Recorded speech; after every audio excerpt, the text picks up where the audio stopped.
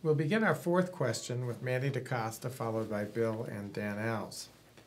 Gentlemen, can you tell the people in town if you will be voting in favor of or against the new $12.5 million bond issue for the police and rescue facility? If town voters reject the proposal, what do we do then? If voters approve the new facility, what happens next, and where do you see it going? I'll follow up in our 6 minutes of perhaps asking about, you might also address other facilities in town besides police and rescue, like the animal shelter. We have aging facilities, animal shelter, senior center, town hall. What about all of these things? But specifically, mostly on the police and fire, what's going to happen? Or police and rescue, I should say. What's going to happen? Thank you, Tom. Yes, personally, I will be voting in the affirmative on the question to approve the $12.5 million. And I do so because I realize we have a need to have a safety complex and other buildings that need attention as well, including the building next to Town Hall that for many years has been there, abandoned, neglected, forgotten even. So we need to secure funding to upkeep our infrastructure and our buildings. What I'm not sure of is how much money do we need? Why $12.5 million? So I'm going to step back as the mayor. I will reevaluate the whole plan. I will find out exactly how much money will be necessary, and then we will move ahead with the project to improve our infrastructure, our buildings, and upmost our safety complex building. So to answer the question again, I will be voting yes. Bill. Without any question, I support and have been supporting from day one the issue of the new safety complex, which would be the police and the rescue.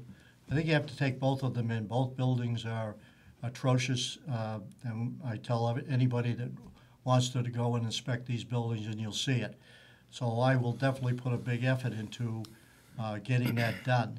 Right now, I've said from day one, you're going to approve $12.5 million. However, it doesn't mean you're going to spend $12.5 million. Currently, Bellingham is building a one for 6.8 roughly, but it's a one-story and they have less police officers. I've heard from people that say, why can't we do that? So it really has to be looked at. And I pledge, and I said earlier when it came up about where the police station might go, that I said I would form a committee of all the interested parties, the people that, whether they're on the public service, residents, or whoever shows an interest, to look at the whole program. Look at exactly what do we need. I think our police and rescue director has done a lot of work, and they just didn't pluck $12.5 million out of the air. And by the way, the architect for Bellingham and the architect for Cumberland are the same person. So they know what they're doing. But certainly we have to support it, and I think it's in the best interest.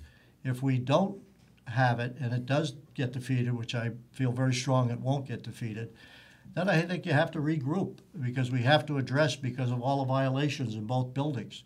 And last, the building next to Town Hall, we've been working for at least 6 months on a business kind of an incubator that Warwick has. I've been down to Warwick, I've seen it, it will work. And so that place is being cleaned up now. I will also support and approve the $12.5 million bond that we have out there. I feel that that's the will of the people. I feel that they're going to support that. I feel that they're looking forward to a new public safety complex. We do have to make sure that we have the input of the police, the fire, and the rescue as to what direction we should be taking, as to whether it comes all under one umbrella. Do we need a rescue situation where we may have two facilities to better service the residents of the town of Cumberland in their need? And I also, at this point, want to make sure I commend again that the services that these departments provide is second to none. I mean, they are unbelievable as far as service goes. Getting back to what Tom said earlier is that it's a forgotten department, and that's the animal control. The animal control department is located on Martin Street, and every time we have a couple of inches of rain, it's flooded. The vehicle is like 20 years old. I do believe that there's financing out there, again, through grants and through special endowments, that we can get some assistance and some rehabilitation to the facility to help those people out. As far as the actual location of where this should go, I firmly believe that the department heads have to come and tell us exactly where they feel the best location is going to be. Put it at a public hearing, get the input of the people, and go from that to making some kind of a plan. Where is the plan? Where is the diagram? Where is the document saying, and this is what it looks like, and this is where it's going to be affiliated with? So I think we need some answers to that, and we do have to go forward with it. Follow up? Thank you, Tom. I would like to add as well that I also consulted with architects that are experienced on this kind of structures. They built multiple facilities around New England, and I'm told that the average cost for a similar facility, it's between $4 to $6 million. We don't know until we break ground, and we would like to provide a state-of-the-art facility for the rescue, police, and firefighters of Cumberland. But I question again, why the set number of $12.5 million without any explanation, without any plans, without any public view or approval? It to me is a little misleading that we come up with a number without justifying the needs for it. Tom, I don't believe it's misleading, the $12.5 million. I don't know where that comes from.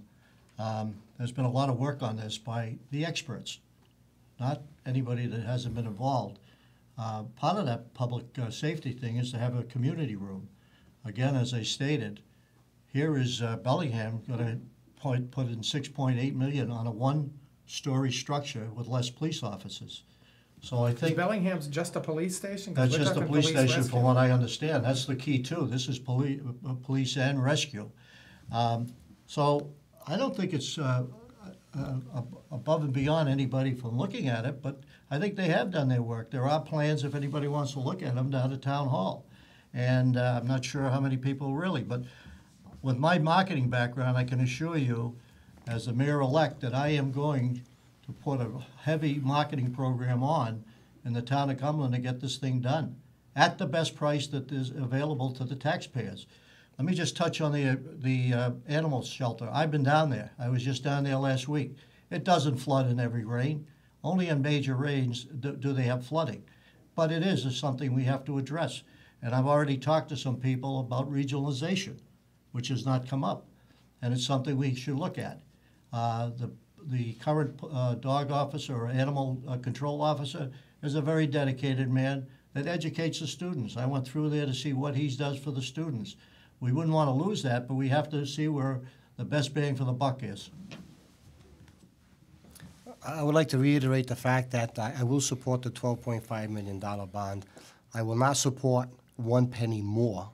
And I'm not saying that that $12.5 million that we're setting aside through that bond issue for this safety complex is going to have to be spent all right to the very last cent. I do feel that we have to have the communication of all the departments that are going to be involved as to the location, the planning, and also to make sure that the needs of the people are going to be taken care of.